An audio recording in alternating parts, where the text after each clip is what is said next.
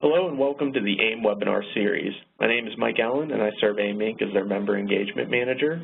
AIM is the trusted worldwide industry association for the automatic identification industry. For nearly half a century, AIM has provided unbiased information, educational resources, and standards to providers and users of these technologies. AIM membership provides access to an insider's perspective on trends and opportunities, along with a voice in shaping the growth and future of the industry. AIM member benefits include education, advocacy, and community, as well as a role in creating industry standards through collaboration. AIM is an investment in your future. Before the presentation starts, I would like to direct your attention to your monitor to review a few housekeeping items. First, you will notice that you are muted throughout the presentation. Please do not use the raise hand option during this webinar presentation. If you have any questions during the webinar, please click the chat icon on the top right of your screen. After this, you'll see a chat dialog box at the bottom right of your screen. Make sure in the Send To box you select AIM Inc. and then in the box below type your question. We'll try to answer as many questions as we can after the presentation. Today's presenter is Mark Roberti, the founder and editor of RFID Journal. AIM would like to thank RFID Journal for their support of today's event. Without further ado, please join me in welcoming Mark. Okay, Mike, thank you very much, and I want to thank AIM for inviting me to speak about RFID Journal's acquisition by Emerald Expositions. We're pleased to always work with AIM in support of the industry. So today we will be covering a number of topics. If we can go to the next bullet, I'm going to provide a little background on RFID Journal. Then I will talk about the acquisition and how that happened and why that happened. And then I'll talk a little bit about Emerald. And finally, I'll talk about what the acquisition of RFID Journal means, given RFID Journal's status as kind of the de facto trade publication and trade show for the industry. Mike, if you can go to the next slide. So a little background on RFID Journal. Some of you probably, well, I'm sure most of you read RFID Journal. You may not realize that I started the company back in 2002. I started out of a spare bedroom in my home. My total startup capital for the company was $500, and that was for software to write the code for the original website, which I wrote myself. I purchased a book on how to write HTML coding, and I bought a hosting package for $9.99 a month. And that's how RFID Journal began way back in 2002. I started posting articles on March 1st, 2002. And pretty quickly, we started to get people coming to our site to learn about RFID. Funny thing is, in the early days, a lot of people, even those in the industry, didn't think that RFID Journal was a viable business. One person told me that I would never make it, one company that's still in the RFID industry today. I used to call up people and say I'm from RFID Journal, and they would laugh and say that I found the smallest niche in the business market. But I believed that the niche was going to grow, and obviously it has quite a bit. So I started the company with a single mission in mind, and that was to educate companies about how RFID could improve the way they do business. We have never wavered from that or altered that in any way, shape, or form. Our primary mission in life is to, or in business, is to educate the end user community about how to use RFID technologies. And of course, we make money by connecting those folks to the providers of the technology who can help them achieve their goals. Next slide, Mike. So a little bit of background on the company, or a little more background on the company. I, as a journalist and the sole owner of the company, didn't have a lot of resources. In the beginning, we grew through well, we've always grown solely through the revenue that we generated from events and from subscriptions. We've never had any debt or taken on any debt in any way, shape, or form. But in 2005, I was approached by a group of angel investors who were recommended or introduced to me through my accountant. And basically, the investors said that they were interested in supporting RFID Journal. I told them I didn't really need their money, that we were generating enough revenue to run the business. But they had suggested that, they could probably provide some advice and help us grow the company. So I wound up taking on the investors. They took about 20% in RFID Journal in 2 tranches. And my main reasons for doing that were, A, to get some of their advice. These folks were very high-powered guys. They weren't just sort of, random people. Jamie Wilson was a superstar investor in media companies at Boston Ventures. He's pretty legendary in the media investment world for the numerous successes that he's had over the years. He introduced me to Jerry Hobbs, who ran VNU's business and built it into a billion-dollar business in the U.S. Alan Spoon was the president of the Washington Post Group. So these are really some very high-powered individuals, and I thought that it'd be useful to have some friends in high places, particularly if some large media company decided to take a run at RFID Journal and take away our business. Maybe I could, rely on these guys for some help. So again, I sold about 20% of the company at that time. Next bullet, Mike. We, the investors, were very passive, didn't really interfere in the business too much, didn't demand that I hit certain goals, didn't get on my case about anything, and they allowed me to to follow my strategy, which was always to focus on growing the RFID industry rather than simply growing the RFID Journal bottom line. So what does that mean? Well, those who interact with us on a day-to-day, weekly basis know that I almost never do a sales call. I never spend my time trying to wring more money out of our partners.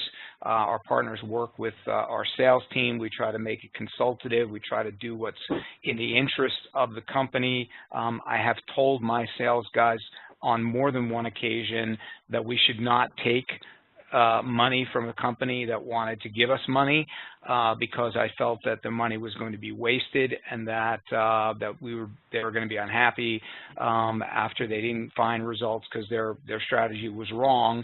And I did that because I think that I always took a long-term view that we should grow the industry. That would grow everybody's business, including our own. And by doing our best to serve our customers and our partners and enable them to have success, that would mean the long-term success of RFID Journal. So the way I looked at this was make this a big industry and RFID Journal will be very successful. Spend your time trying to get an extra $2,000 out of XYZ Corp. Probably XYZ Corp is not going to be a long-term customer. You're not going to have long-term success. You're not going to be growing the industry. So we never really did that. Next slide. So just for those who don't know, we offer a lot of vehicles. Obviously, the RFID Journal website is our main vehicle. The news site is visited 100,000 people a month. They usually come on average 2 times, so we get about 200,000 visits. We also have newsletters, which the main newsletter has about 65,000 people who receive it every week. That's 65,000 active people. So if somebody unsubscribes or somebody doesn't click on the newsletter for a number of times, they are removed from our mailing, and that's to prevent us from being targeted as a spam by the ISPs. So the 65,000 is an actual real number of people reading the newsletters, opening them and clicking on them on a regular basis. That's not to say every single one gets clicked on 65,000 times, but you know, regularly these people are reading the RFID Journal newsletters. Next bullet. We used to have a print and digital magazine, and after the 2008 financial crisis, we closed the magazine. It had always lost money. Print magazines are very, very expensive, and while the readers liked them very much, advertisers didn't. And I don't think that that was necessarily smart on the part of all advertisers to go away from print, but it was a reality that everybody was talking about digital and tracking, and they weren't interested in print. So it had been losing money. We were absorbing that in the interest of trying to grow the market. We wound up closing the physical magazine and keeping it as a PDF from 2009 until December of last year. After the acquisition, in consultation with Emerald, we decided to shut it down. Again, it was losing money, and it really didn't make sense to invest a lot of money in a product that really wasn't being embraced by the advertising community. We do still produce premium content, and so the stories are posted online. They're just not formatted and designed in the way that looks like a magazine. So we really haven't changed the content too much, but just the delivery mechanism has changed. Next bullet. We host webinars and virtual events, and these have been very, very successful for us and for the community. We typically get about 200 people registering for a webinar or a virtual event. I would say about half of those are end users, and so there's a lot of interest in those events. Just a little anecdotal information. One of the odd things that I find is when a new company gets serious about RFID, they consume everything that we produce. So we'll see a company sign up for a premium membership, then we'll see them on a webinar, then we'll see them on a virtual event. And the odd thing is that when you have a virtual event about, say, retail, you may have a manufacturer on there, and when you ask them, why were you on the retail webinar, they say, well, we're just starting to learn about RFID, and we need to learn everything we can, so we're just attending everything. We actually had a major social media company that was interested in tracking its servers come to a healthcare event one time. And basically they said the same thing, we're desperate to learn, and this was the show that was available to us, so we came. Next bullet. We obviously do face-to-face events. RFID Journal Live is the largest RFID conference and exposition in the world, and that's our main event and the main revenue generator for the company. We also do smaller events. We do an event in Europe. We do a retail event in New York City. We have done industry events focused on healthcare, energy, aerospace and defense, and other sectors. And those, again, have been very popular with the end user community. Next bullet. And we also offer special reports and white papers. Our white paper library is very active. End users, again, hungry for information, will consume lots of white papers. We sell special reports on various topics, how to choose the right RFID system, how to best practices for deployments. We also have DVDs and other products online. Next slide. Video library. So yeah, you can stay on that slide, Mike. The video library is basically recordings from all the presentations at our various events. So we have over 1,200 case studies and other presentations that are in the video library today. Great resource for anybody who wants to see what end users are doing with RFID. Okay, next slide. Yeah. So RFID Journal today, a little bit of about where we are as a company. I mentioned 65,000 people getting the main newsletter. We have about 100,000 registered users on our in our system. The registered user is typically someone who signs up for one of our multiple newsletters, but also could be somebody who is registered to ask an expert a question, or registered to post something on a bulletin board, or to download a white paper, or one of the other things you can do on our site. Next slide. Next bullet. Readers. We have readers in more than 200 countries and territories. Pretty much in every place on Earth we have at least somebody reading RFID Journal. Easter Island, of all places, we have readers. So broad reach internationally. Just in terms of the breakdown, you see the company size there. A lot of smaller companies, less than 100 people, a lot of larger companies, not as many mid-sized companies. In terms of international versus U.S. domestic, we have about 64% of our readers or website visitors are domestic, and about 35% are international. And that is also true of the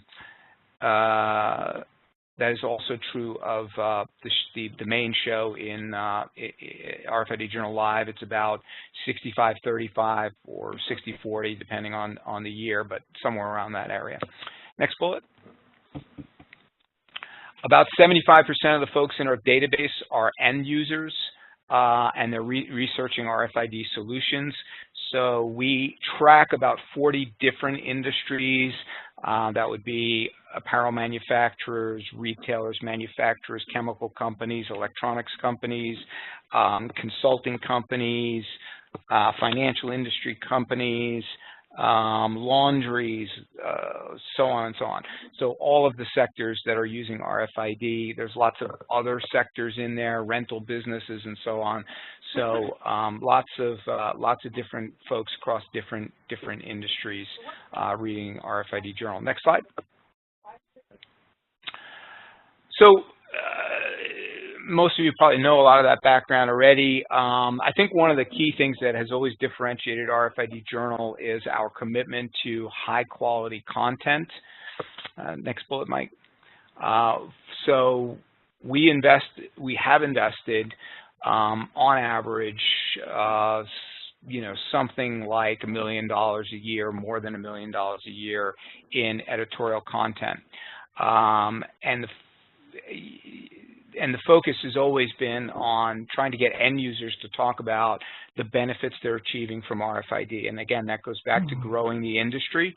So we wanted to not talk about speeds and feeds and technical issues, but really say, this end user company did this with RFID, they saved X amount of dollars or improved their processes by 27%, and here's the technology they used in their solution. So that's always been our formula and our focus. At our events, we invite end users to speak, and that's a very, very difficult thing to do. As most of you know, if you have customers and you try to ask them, would you do a press release, or would you allow someone to write a story about us? They're always very, very reluctant to do that. So it's a challenging thing, and we've invested a lot of money to try to get those end users to speak, and that's been a key focus for us. Next bullet. I would say our brand is highly respected around the world. I often have people at big companies come to us and say, hey, we'd love to speak at RFID Journal, or we'd love to be featured in RFID Journal. And I think that really is because we're so well respected, because we have invested so much money and so much effort into having really high quality content. So that's a big part of who we are, and it's something that we value greatly. Next bullet.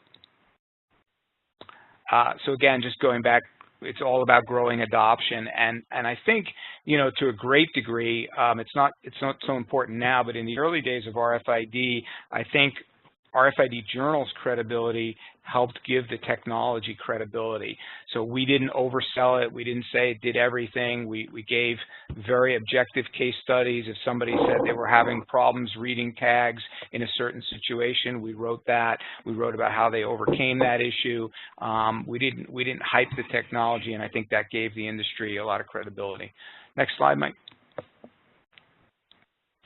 So the strategies for growing adoption, again, focus on the end user rather than the technology, focus on the benefits rather than the nitty-gritty of Q algorithms and read range and things that really the business person's not that focused on. Next bullet. So we believe that the best salespeople for RFID are end users who tell other end users how the technology benefited them. And so all of our focus is on end users speaking at our events, end users speaking in our stories and saying, hey, you know, we got huge benefits from the technology. Next slide. Next bullet, yeah. By using our integrity, we've given the industry integrity. I think that's certainly true. Next bullet. We do a lot of, or I do a lot of consultation with end users. I would say I get, on average, 1 or 2 emails a day from an end user looking for advice. Sometimes, mostly they're in the early stages of investigating RFID. I try to give them the best advice I can. I often spend an hour or more on the phone with somebody, talking them through all the issues, trying to help them understand how RFID can benefit them. This brings us no revenue, but it's something I do because we're focused on growing the industry. I always feel if I can get that company to do a deployment, that's going to be good for one of our customers, one of our exhibitors, one of our advertisers. And it's also possibly going to lead to a case study that could lead to 3 or 4 more of similar companies adopting RFID. So I take a very nitty-gritty approach to growing the industry, one company at a time, if we can. We also have created consulting tools to help people with adoption. So some of you may be familiar with our retail ROI calculator.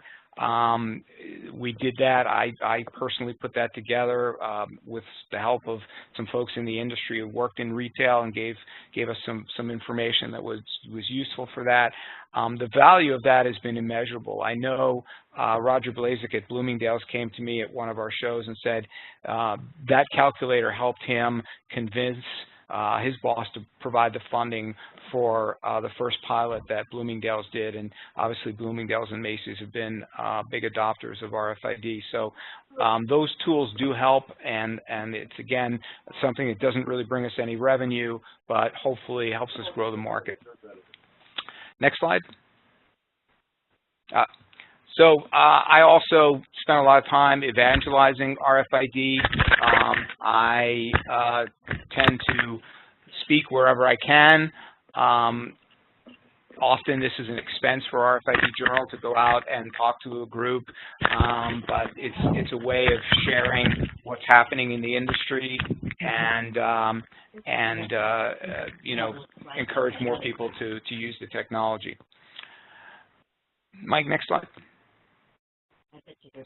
So about the acquisition. Yeah. Mike, maybe you want to mute yourself, or somebody's creating some background noise that needs to be muted.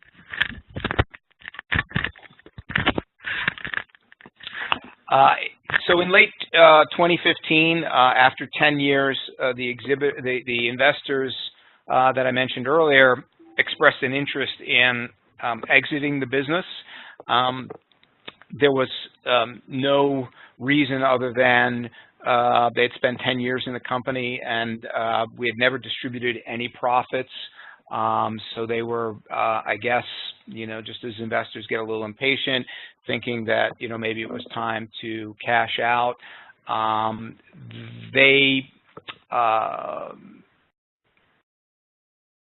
was not in a position to sort of buy back 20% of the company, and there's also a question of what the company was worth at that time.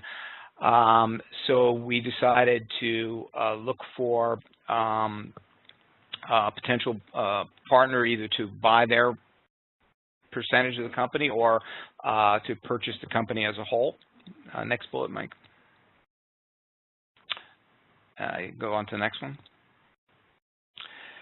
So, it's always a difficult decision to sell something that you've put your heart and soul into and really believed in for 15 years. But, there's a number of reasons, personal reasons, why I felt that maybe this was a decent time or a good time. I don't think it was the best time, but maybe a decent time to get out, or to not to get out, but to sell the company. One thing is that because we had never distributed profits and because we had plowed everything back into growing the industry, not many people realize this. I always hear people come to the show and they say, oh, RFID Journal is the only one making money in the RFID industry. And that's not really true. We've run the company at break even for the last 15 years because all the money that we make on the show, we plow back into editorial.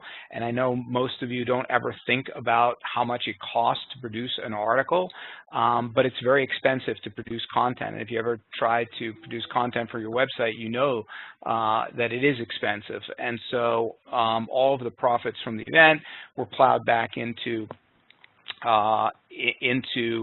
growing the company and growing the industry. So that left me with, as I get older, a little bit of risk in that I've created something that is well respected and important to the RFID industry. But if I were to get hit by a bus, for example, the company would be worth a lot less, and my wife would be able to sell it for only a fraction of what it's currently worth. So that was one part of my thinking, and another part of my thinking was that when you're a small company, we had 13, 14 full-time staff. You work long hours. I would say, without exaggeration, I work between 60 and 90 hours a week and have done that every single week since 2002. I think I've probably had maybe 15 days in the last 15 years, maybe 20 days, maybe 10, I'm not sure exactly, where I did no work, where I didn't work for at least a few hours. I pretty much work every single day, including Christmas, New Year's, Easter, every other holiday known to man. Some of you may email me over time and during the year and know that if you email me at 10 p.m. or 8 a.m. or 6 a.m., you're likely to get an instant reply. So there was a danger of eventually burning out. I don't feel burnt out, but certainly I don't have the energy I did 15 years ago. So with Emerald, it's a bigger company. We got a lot of resources. And I no longer have to do everything, such as tech support for my staff and HR for my staff and all those things. We have those departments, and that sort of played into my thinking as well. Mike, next slide. So let me just tell you a little bit about Emerald Expositions. They're not extremely well known, but they are one of the top business-to-business event organizers in the United States. Part of the reason they're not well known is because they don't operate shows under the Emerald brand. They operate shows under the show brand. So they purchased RFID Journal and will continue to be RFID Journal, a unit of Emerald, and our face to the world will be RFID Journal. The world won't really see Emerald, so they're really not that well known, but they own a large number of major shows and magazines and websites that are very similar to RFID Journal. They're the #1 brand in their industry. They're the trade journal for their industry, and they're growing very, very quickly. You know, they've got an infrastructure and a support mechanism for events like RFID Journal and companies like RFID Journal, where you have limited resources. You bring them in, you put them on the Emerald systems, including Salesforce and A to Z events organization software and so on, and really start to be able to grow those businesses and achieve some efficiencies. Next slide. So some of the sectors that Emerald covers, they have a gift, home, and general merchandise sector. They have a sports and apparel sector. And again, they run multiple events in these: jewelry, luxury, and antiques.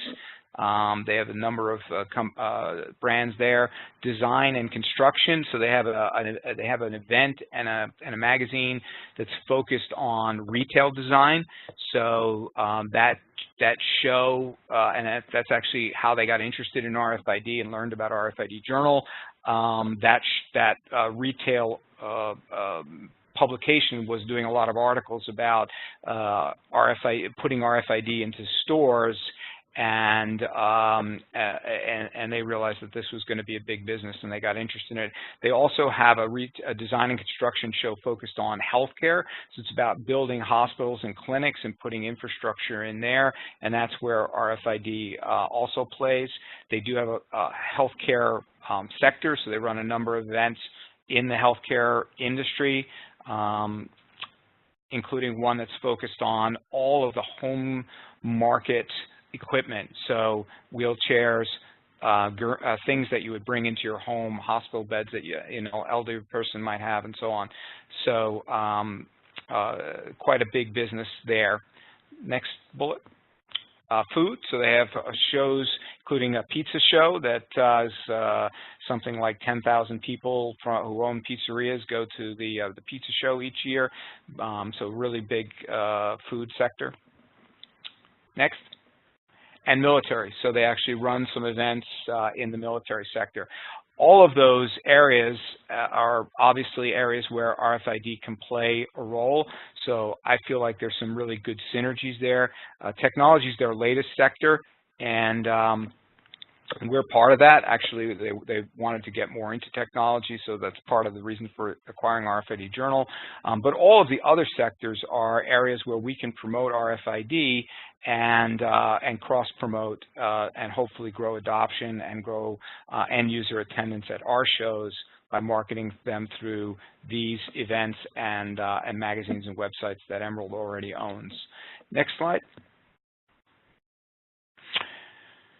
So, as I said, we're really hoping that we can take advantage of the markets that Emerald already serves and either co-locate with those events or leverage those events to market RFID Journal events and raise awareness. Even if we are unable to get a lot of end users from their shows to our shows, I still feel it's good for me to go and speak at those shows, good for us to go and promote at those shows, just to keep raising more and more awareness of RFID technology. Next bullet. So we'll be able to advertise in Emerald's other magazines, advertise on other websites. We're starting to talk to those properties already about doing that for Live 2017, which will be May 9 through 11 in Phoenix. Next bullet. I think we'll also have the benefits of having more resources. I'm today at training for Emerald on some of their software systems that they have in place. They use a lot of technology, automate a lot of processes that were very manual and very labor intensive for RFID Journal. So I think we're going to get some benefits out of those things. Next. So changes for the industry. To be honest, I don't really see a lot of changes. We've had some personnel changes. So the way Emerald works is they have a finance group that handles finance for all the shows. They have a marketing group that handles marketing for all the shows, or actually I think it's an overall marketing group, then there's departmental marketing. So there's groups that will handle the healthcare shows, for example, or the retail shows. So they have centralized marketing, centralized operations for the show, centralized finance for the shows. So some of our staff who handle those functions were not brought on by Emerald.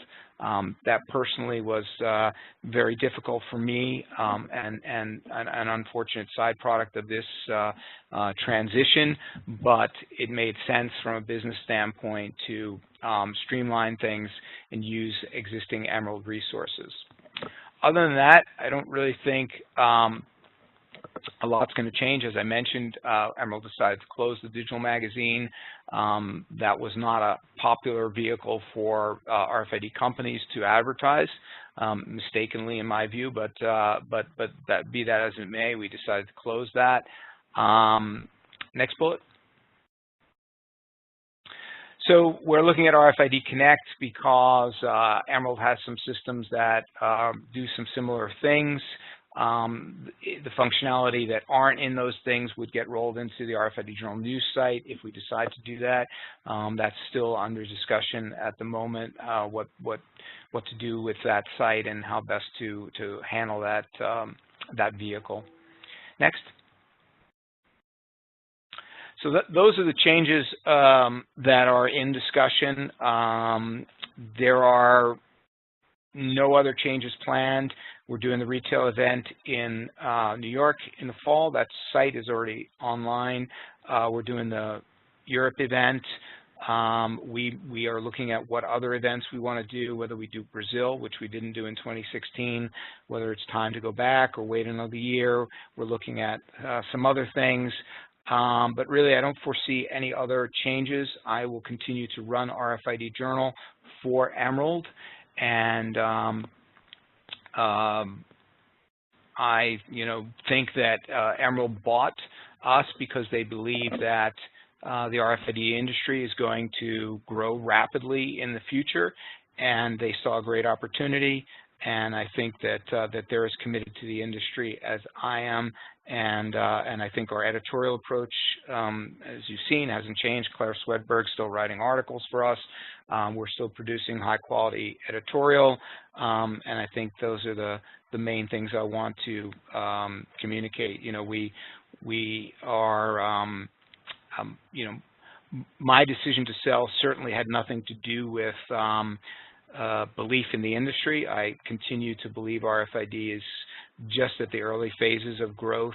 One of the difficult decisions, or one of the things that made the decision difficult was, in 5 years, I believe RFID Journal probably would be worth double what it's worth now, maybe triple. And so, you always have to ask yourself, do you want to hang on and wait for that bigger payday, or do you want to get paid now? For personal reasons, I made the decision I made, but it certainly was not based on the idea that the industry is not going to continue to grow. I absolutely believe that it will, and I know everyone at Emerald, including David Lochner, the CEO, totally believes that as well. Next slide. So what does it mean for the industry? I really think it means very little. I think we're going to continue to do what we're doing. We're going to continue to serve the industry. I'm going to continue to do consulting for end users. We're going to continue to invest in high-quality editorial. We're going to continue to focus on growing the industry. The bigger the industry gets, the more valuable the asset that Emerald bought will be worth. Next slide. So as I said, I'll continue to run the events, the newsletters, the overall company for Emerald. And we'll continue to focus on the end user community. We'll still invest in high quality content. We're still eager to have end users present at our events. We think that's going to continue to drive more end users to come and learn and and be convinced that RFID is a technology they should adopt. So again, Emerald believes this is going to be a big industry. I agree.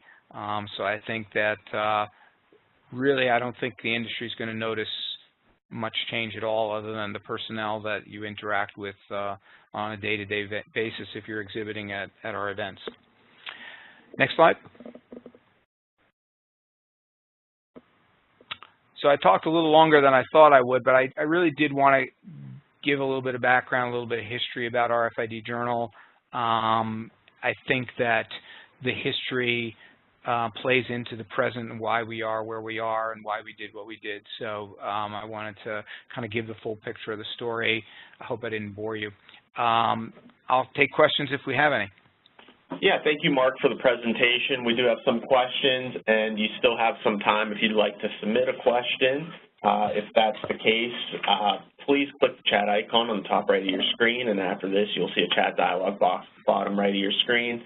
Just type that in, and I will read it to Mark. But one of the questions I received is, what topics in RFID do you find your readers are most interested in reading or learning about?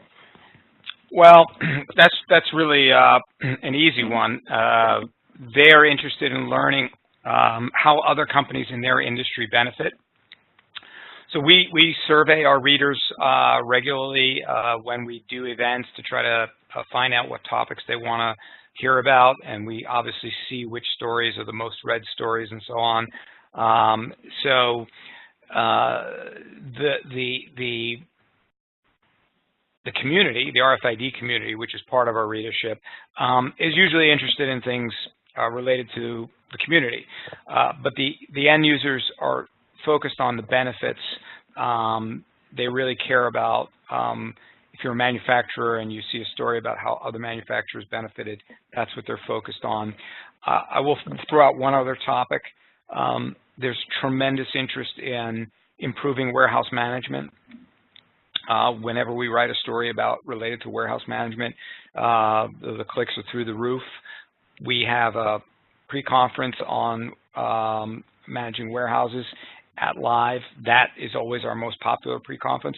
That came up in a survey about 5 years ago. Suddenly that topic popped, and I said, let's introduce a pre-conference. It was oversold, and it's been a hot topic ever since. I bring that up because the industry really hasn't focused on that in terms of providing a complete solution where I can just go and deploy something and manage my warehouse. But if anybody does, they're going to make a lot of money. Okay, great. Another question we received, from your years in the industry, what do you think are the biggest hurdles in the growth of RFID technologies? Good question. In the early days, I would say it was cost and performance. Those two issues have really fallen away, I think. Cost is sometimes an issue that comes up, but not so much anymore. Performance is not an issue at all. All systems have improved greatly, and I don't hear any concerns really about, or very few concerns about, the performance. I think the big issue now is the complexity.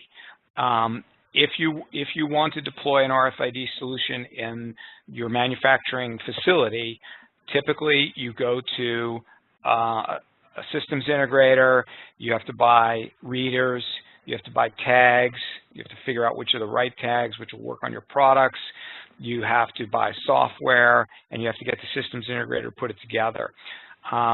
If you're buying from multiple people, you're buying readers from one company, tags from another, software from another, and the integrator is putting the whole thing together, that creates a lot of risk for companies because each company can blame the other when it doesn't work, and that is a real obstacle to adoption. What companies want is something that they can go and deploy and it be simple, relatively easy to install, easy to use, and be from one company that is responsible for the whole product. So I think that's where the industry is going.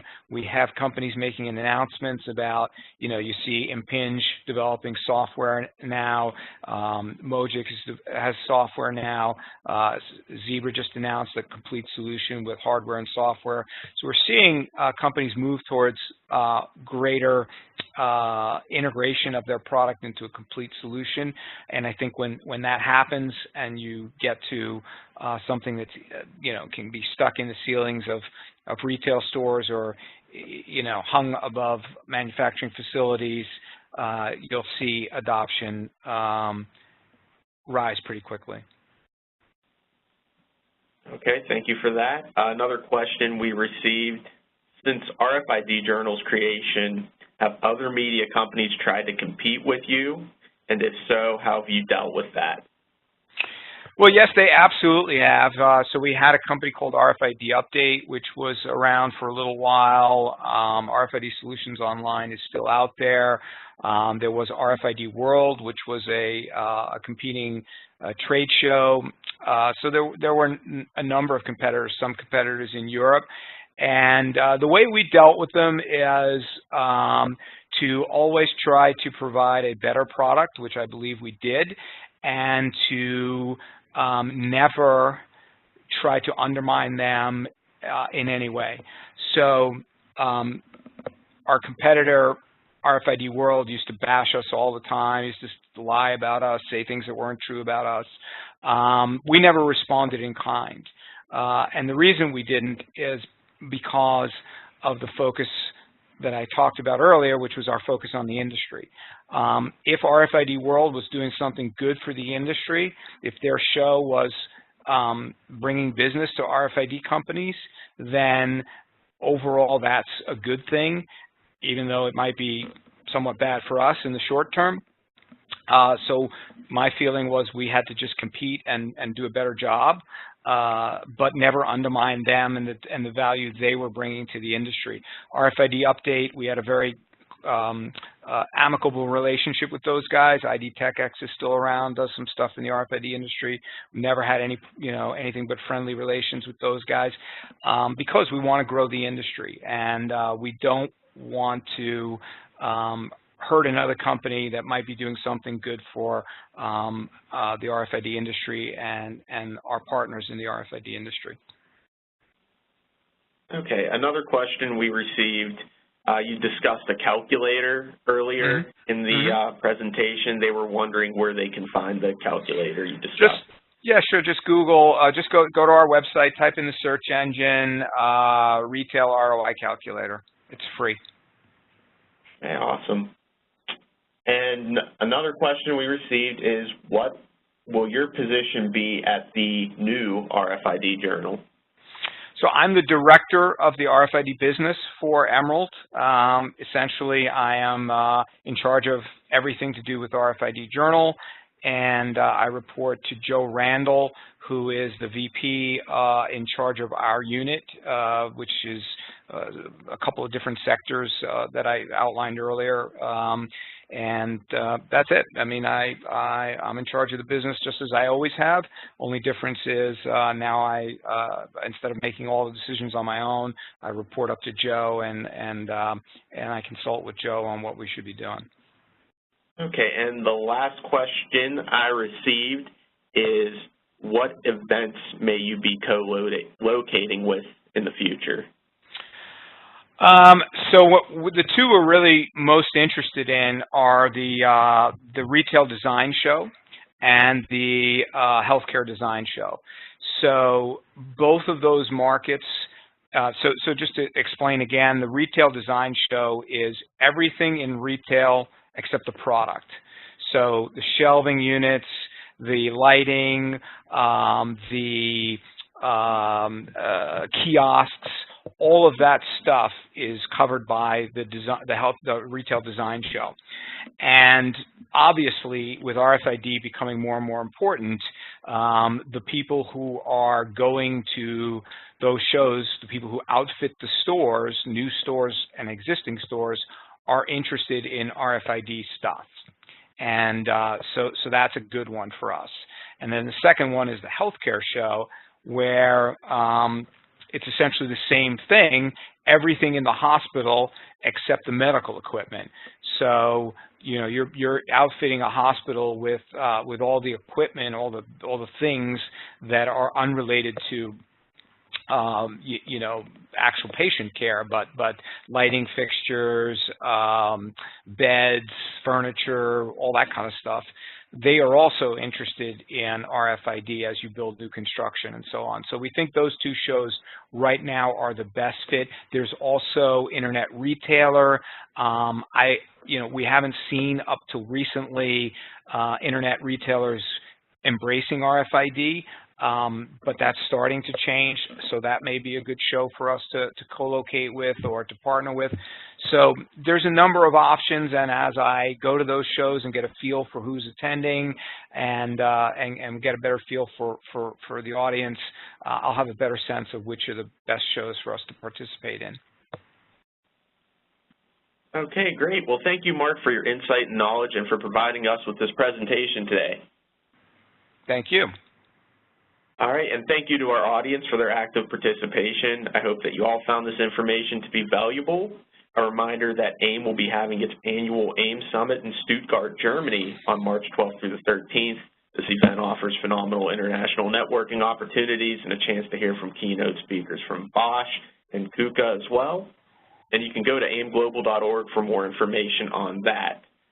Thank you, everyone, and have a great day.